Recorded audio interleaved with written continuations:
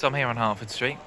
Obviously the brilliant work by Morag Myerscough adorned the walls a year ago, all to be demolished imminently. And of course a lot of people are aware I'm more interested in this door here next to the City Culture Shop where the William Mitchell mural is. It's right behind that door, as I keep going on about, and it's funny, the proposals for the area are pinned on the door.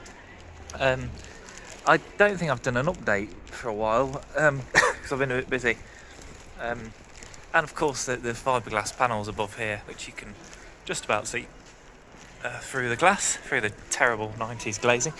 They're going to be saved because you can just take them off. But the mural was a bit of a concern because it's in the wall. And 3 weeks ago maybe, before the end of the Cure Tour, I had a meeting with the architects who are deciding what happens to public art in the city centre south area, including Phoenix, which is in front of me. So all these panels, Hertford House itself with the concrete and the mural, and obviously 3 tons and everything else. And it was a very productive meeting. So there's Phoenix. George Wagstaff, who's 84 now, has been commissioned to do another piece of work actually. But anyway, the meeting was very successful, and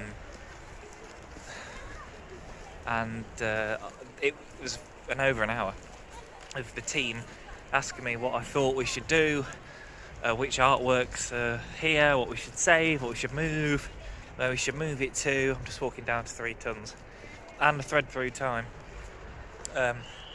Again, thread through time doesn't appeal to me that much, but the symbolism of it and what it's made out of is pretty good, but you'd never know looking at it. It's recycled factory bits from Rolls-Royce.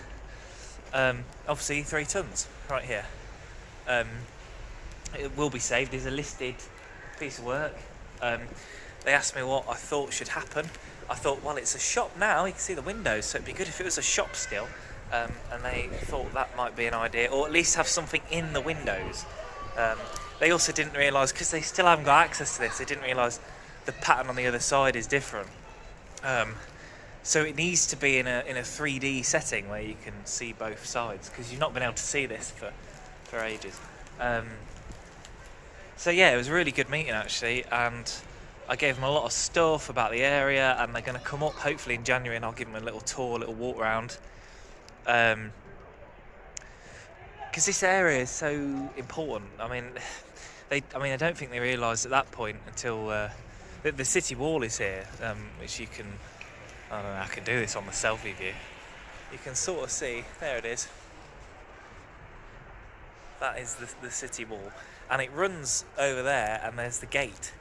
One of the gates is underneath. Is pretty much between here and the spire. Oh, you can't. There you go. It's over there.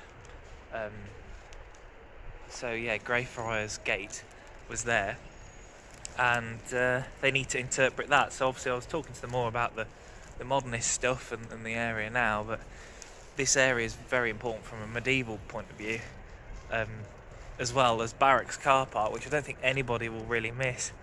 Barracks itself, there's a whole story there to talk about what was there before the car park, and what you might want to put there.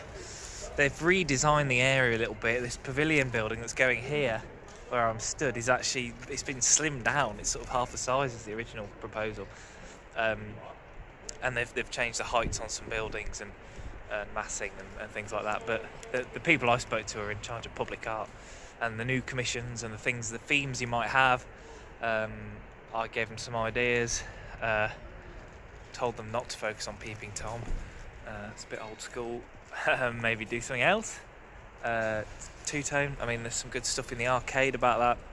Record shops, things we haven't really focused on much from public art. But yeah, really interesting talk, and things are moving in the right direction to save the Hertford House, William Mitchell. So see how we go.